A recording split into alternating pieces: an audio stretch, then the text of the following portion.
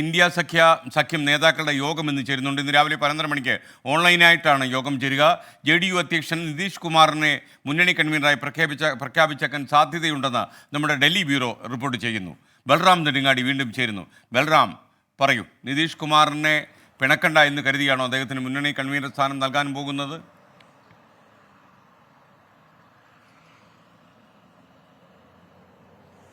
SKN ഈ India സഖ്യം എന്ന ആശയം രൂപപ്പെടുന്ന ഘട്ടത്തിൽ തന്നെ അതിന് മുന്നിട്ട് നിന്ന നേതാവാണ് നിതീഷ് കുമാർ.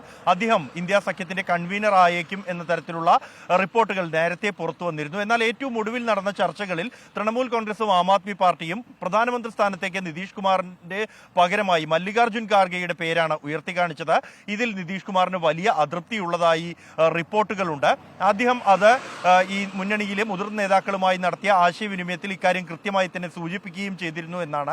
അതുകൊണ്ട് തന്നെ ഇന്ന് നടക്കുന്ന യോഗത്തിൽ ഇക്കാര്യത്തിൽ ഒരു തീരുമാനമെടുക്കുകയും പ്രഖ്യാപനം ഉണ്ടാവുകയും ചെയ്യുമെന്നാണ്. ഈ മുന്നണിയിലെ തന്നെ ചില പാർട്ടികൾക്ക് ഇത്തരത്തിലൊരു കൺവീനറുടെ ആവശ്യമില്ല, അത് ചില ആളുകൾക്ക് കൂടുതൽ മുൻതൂക്കവും നേതൃത്വവും നൽകുന്നതിന് തുല്യമാകുമെന്ന അഭിപ്രായമുണ്ടായിരുന്നെങ്കിലും അത് അവരെ സമവായത്തിലെത്തിച്ച് കൺവീനറായി നിതീഷ് കുമാറിനെ ഇന്ന് തിരഞ്ഞെടുത്തേക്കും എന്ന റിപ്പോർട്ടുകൾ പുറത്തു വരുന്നുണ്ട്. ഒപ്പം തന്നെ ട്രഷറർ, വക്താവ് എന്നീ സ്ഥാനങ്ങൾ കൂടി വേണം എന്ന ആവശ്യം യോഗത്തിൽ ഉയർന്നിരുന്നു. ഇക്കാര്യത്തിലും ഇന്ന് തീരുമാനമെടുക്കും.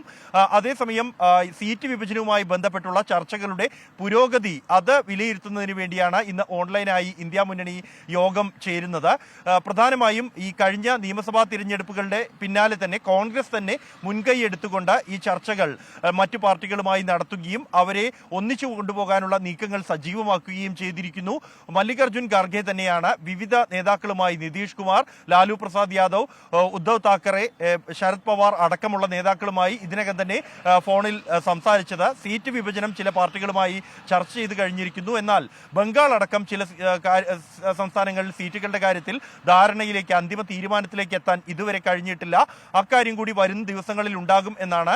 ഇതുമായി ബന്ധപ്പെട്ടുള്ള നിർണായക ചർച്ചകൾ ഇന്നത്തെ യോഗത്തിൽ നടക്കും. SKN. Thank you. അപ്പോൾ ഒരു സുഹൃത്ത് ചോദിക്കുന്നു, സരോജ് കുമാറിന് പഠിക്കുകയാണോ SKN എന്ന് ചോദിക്കുന്നു.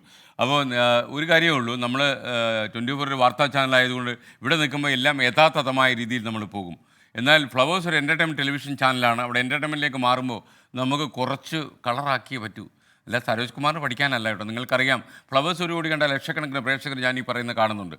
അവിടെ നമുക്ക് വിനോദ ചാനലിൻ്റെ സാധ്യതകൾ നമ്മൾ ഉള്ളിൽ വെച്ചുകൊണ്ട് തന്നെ യഥാർത്ഥമായി സംഭവിക്കുന്ന കാര്യങ്ങൾ, പല ജീവിത യാഥാർത്ഥ്യങ്ങളിലേക്ക്, പൊള്ളുന്ന സത്യങ്ങളിലേക്കൊക്കെ ആ പരിപാടി കടന്നു പോയിട്ടുണ്ട്. ഇനി അങ്ങനെ തന്നെയായിരിക്കും കടന്നു പോവുക. പിന്നെ ഒരിത്തിരി കളറുണ്ടാകും. അത് ഫ്ലവേഴ്സ് അല്ലേ. ലോകത്തെവിടെയായാലും ഏത് സമയത്തും 24 വാർത്തകളും ഓഗ്മെന്റഡ് റിയാലിറ്റി പാക്കേജുകളും എക്സ്പ്ലെയിനറുകളും വിശദമായി കാണാൻ ഞങ്ങളുടെ YouTube ചാനൽ നിങ്ങൾക്ക് സബ്സ്ക്രൈബ് ചെയ്യാം.